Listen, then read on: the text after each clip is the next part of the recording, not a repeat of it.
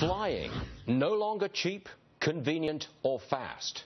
Driving is cheap, very convenient, fast, and, you know, it can be luxurious too.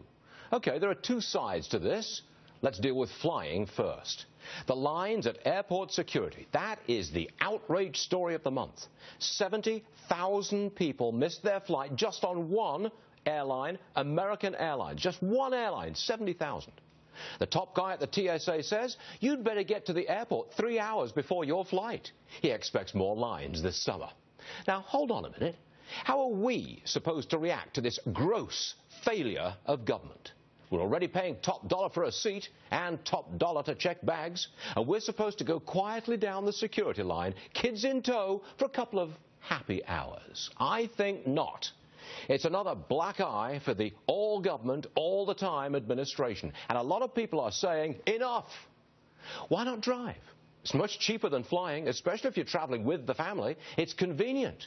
You step right into your own car and the luggage goes in your own trunk. You can take liquids with you. You don't have to take your shoes off and there is no pat down.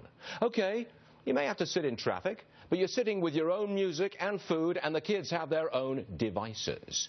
You are in your own space. There's a lot to be said for that. One last thing. America has the best roads in the world. Trust me on this. I've lived in Africa, Asia, Europe, and Australia. There are no roads like American roads. Highways, turnpikes, freeways. The glorious open American road. Freedom, mobility, the liberty to go where you please.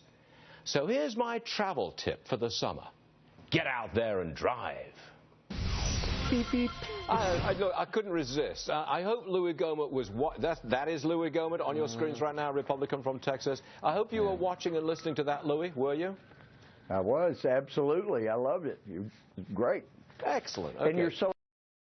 Stuart, listen, TSA is projecting that flights will be up 4% over what they were last year, and still not near what they were in 2007. We're still not close to that, but they're projecting lines of 400% and 500% longer just because of a 4% potential increase in traffic. It is outrageous. But, Stuart, I have not made this public before, but this week I'd gotten a solicitation. It's a request for proposals from the Metropolitan Washington Airports Authority. This is for contractors to furnish all necessary labor, material, tools, equipment, supervision to provide unarmed security guard services at Washington Dulles International Airport. And here's the requirement on citizenship.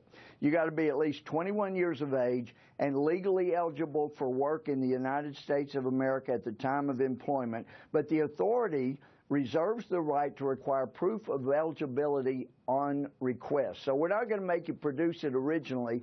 So if you're one of the Syrian refugees, maybe you're the guys from ISIS, you just have to be able to show something in case we ever ask. You don't have to be a citizen to provide security at our airports.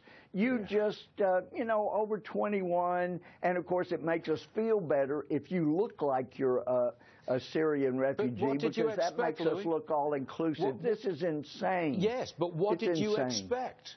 I mean, what do you expect? I didn't expect that. There's more than that. At our airports, I didn't expect that. You can never get rid of it. You can never make it efficient. I mean, you're a top guy in Congress. You've got power. You've got clout. But there's nothing you can do about this, is there?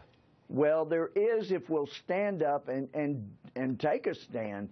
And I hope the American people will get angry enough that even some of the reluctant Democrats will have to stand up and say, yeah, we got to take a stand. Even our constituents are going nuts over this.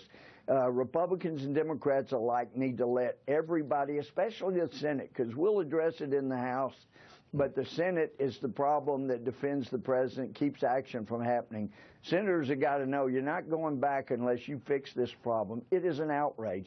And lest we forget, I mean, I was a judge. I was on the bench, Chief Justice, but when the federal government decided to privatize all the security at the airport, you remember this big push, we got to do this for the good of the country.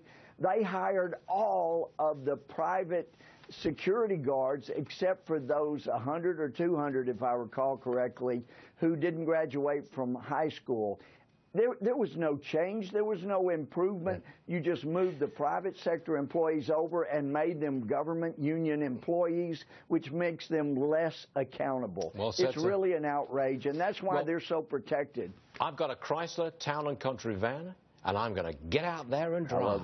That's what I'm going to do. Louie Gohmert, everybody. I love driving as well. Yeah, it's good, isn't it? It's the American way. Yeah. I love it. Thanks, Louie. Well, but be careful if you go near an airport, because don't trust the security.